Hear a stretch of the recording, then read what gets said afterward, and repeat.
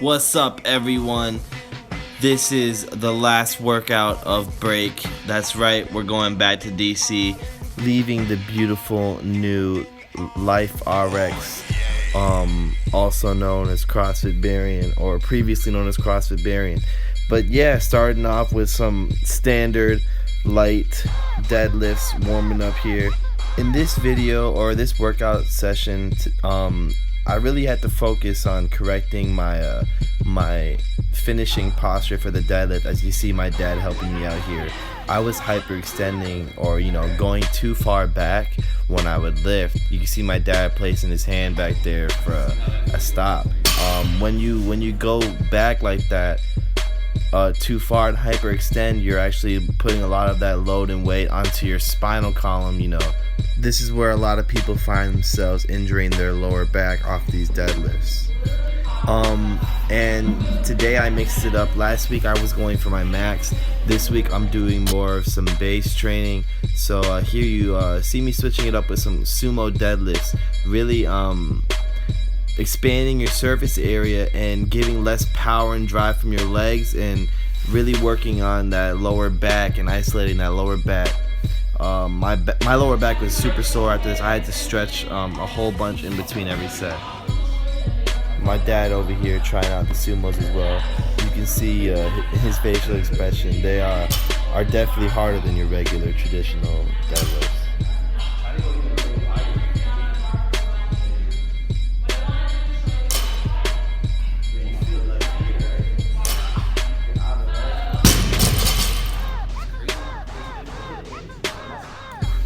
In this workout, I'm going to be doing 3 sets of sumo, 3 sets of regular at lighter weights.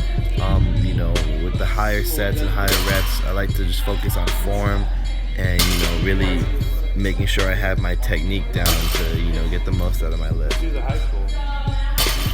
And this is why I like to record myself working out. You see here, I'm losing focus and I'm starting to hyperextend my back again.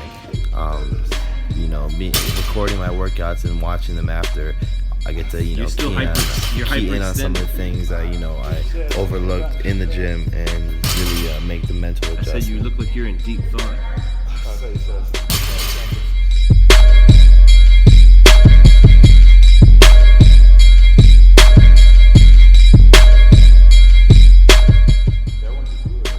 Last set of sumo deadlifts here.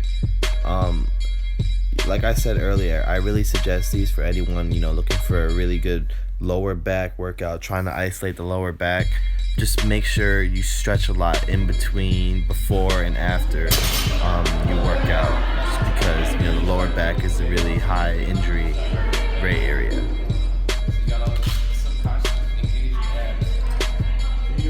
And what my dad is telling me right there is to subconsciously engage my abs when my lower back starts to get tired. Instead of rounding my back, really focus on keeping your back straight and keeping that good form and that technique to avoid injuries and lift efficiently. That's always the goal.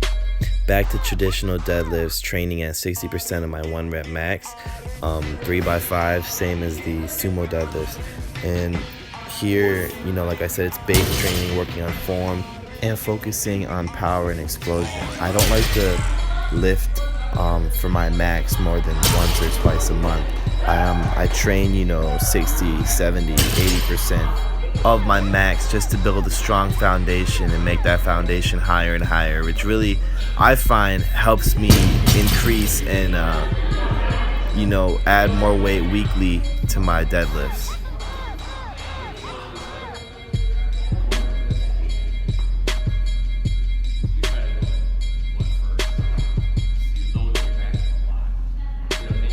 What my dad was talking about there was at the end of that set, my deadlifts were starting to look like 2 parts instead of 1 fluid movement. I was lifting my butt up before engaging my back, which is really bad, because then when I do engage my back, I'm loading up a lot of weight on it, and that's dangerous. That's another way you can get injured. So it's better to lift 1 fluid movement coming up, exploding from the legs into the lower back, rather than kicking your butt out first and then propping your back up, which could just really screw you over.